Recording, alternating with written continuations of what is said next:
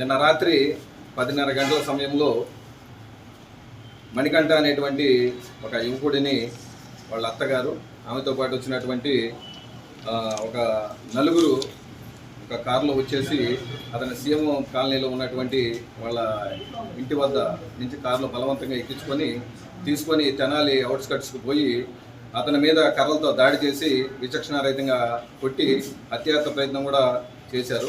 దీనికి సంబంధించి రాబడినటువంటి సమాచారం మేరకు ఎస్ఐ కర్మల్లా గారు సిబ్బంది వెంటనే వెళ్ళి అక్కడ అతన్ని రెస్క్యూ చేసి ఎవరైతే ఆ ప్రయత్నం చేశారో వాళ్ళందరినీ కూడా అదుపులో తీసుకొని తెనాలి పట్టణ పోలీస్ స్టేషన్కి తీసుకురావడం జరిగింది. అదేవిధంగా బాధితుడైనటువంటి మణికంఠ దగ్గర కంప్లైంట్ తీసుకొనగా ఆయన కంప్లైంట్లో చెప్పిన అంశాలు ఏంటంటే వాళ్ళ అత్తగారు అయినటువంటి తిరువాయిపాటి విజయలక్ష్మి 2021 సంవత్సరంలో తన కూతుర్ని లిఖితని ఈ మణికంఠకి ఇచ్చి పెళ్లి చేసింది. అప్పటి నుంచి కూడా ఇతను 16 రోజుల పండగ రోజు అలా ఊరికి పోతే ఆమెతో కొద్దిగా విభేదం వచ్చింది. అప్పటి నుంచి కూడా మీ అమ్మతో నాకు విభేదం వచ్చింది కాబట్టి నువ్వు నాతో పాటు ఉండమ్మని ఇక్కడ తెచ్చేసుకున్నాడు తెనాలి.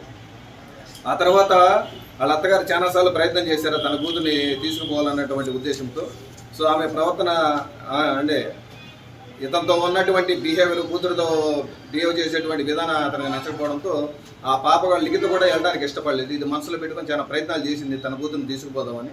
ఎన్ని ప్రయత్నాలు చేసినప్పటికీ విఫలం కావడంతో చివరి ప్రయత్నంగా నిన్న రాత్రి తనకి పరిచయం ఉన్నటువంటి మల్లెల వేణుగోపాల్ అనే అతను వినుకొండ పట్టణం, అదేవిధంగా నక్కా కిరణ్ అనే గుంటూరు టౌను, అదేవిధంగా బండారు యశ్వంతవర్ధన్ అని మన తెనాలి పట్టణమే, అదేవిధంగా బొత్తల కోటేశ్వరరావు పిడుగురాళ్ళ పట్టణం, వీళ్ళందరినీ ఒక కారు తీసుకొని వచ్చి అతన్ని బలవంతంగా కిడ్నాప్ చేసుకొని తీసుకుపోయి తెనాలి అవుట్స్కట్స్లో అతని మీద భౌతిక దాడి చేయడం అనేది జరిగింది. సమయానికి కర్మల్లా ఎస్ఐ గారు అదేవిధంగా సిబ్బంది వాళ్ళ ఫ్రెండ్స్ వెళ్ళి అతను ప్రొటెక్ట్ చేసుకొని తీసుకురాబోతే ఇంకో పెద్ద సంఘటన కూడా జరుగుండేదని తెలుస్తూ ఉంది. అంటే విచారంలో అది తేలింది. సో వీళ్ళ దగ్గర ఉన్నటువంటి కారుని అదేవిధంగా వీళ్ళు తెచ్చుకున్నటువంటి కర్రల్ని దర్యాప్తుల భాగంగా వాళ్ళ దగ్గర నుంచి స్వాధీనపరుచుకొని ఈరోజు వాళ్ళని రిమాండ్ నిమిత్తం గౌరవ కోర్టు వారి ముందు హాజరుపెట్టడం జరిగింది.